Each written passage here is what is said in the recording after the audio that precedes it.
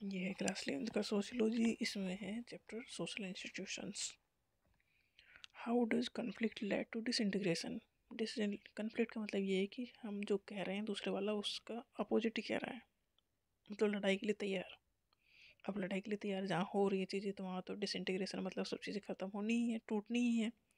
Conflict can lead to disintegration when disagreement, tension और opposing interest, मतलब जो काम कह रहे हैं हम इस तरह से करेंगे, सामने वाला कह रहा है कि इस तरह से तो बिल्कुल नहीं करेंगे, तो ये है opposing interest between individuals.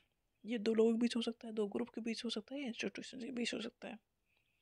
It become so severe that they undermine social cohesion, मतलब टेंशन इतनी बढ़ गई, रिश्ते में खटास इतनी आ गई, दूरी इतनी आ गई कि जो आपसी कोहेजन था, ट्रस्ट था, कोऑपरेशन था, वो छोटा पड़ गया।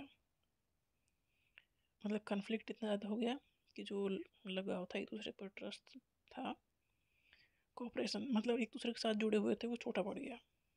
इस तरह से कन्फ्लिक्ट लेड टू डिसइंटीग्रेशन।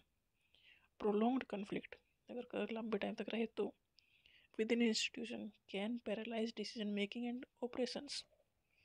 किसी भी इंस्टीट्यूशन में, जैसे गवर्नमेंट की इंस्टीट्यूशन है, अगर वहाँ पर आपस में ही लोगों के बीच कन्फ्लिक्ट चल रहा है तो वहाँ डिसीजन मेकिंग ख़त्म ही हो जाएगी, पैरालाइज हो जाएगी, फिर काम कुछ होगा नहीं।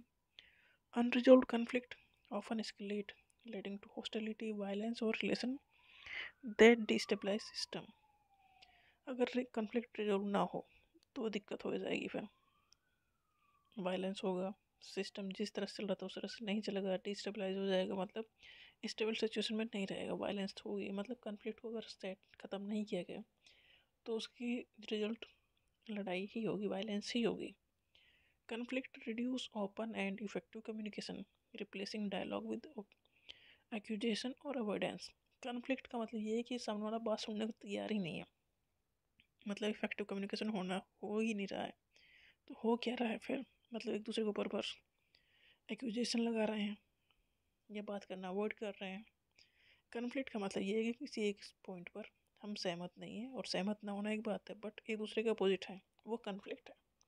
और जहाँ कन्फ्लिक्ट है तो वहाँ कॉमन ग्राउंड नहीं हो सकता, मतलब एक लेवल पर आगे बात नहीं कर सकते। अगर एक लेवल पर आगे बात नहीं करेंगे तो वहाँ डिसइंटीग्रेशन हो ही जाएगा।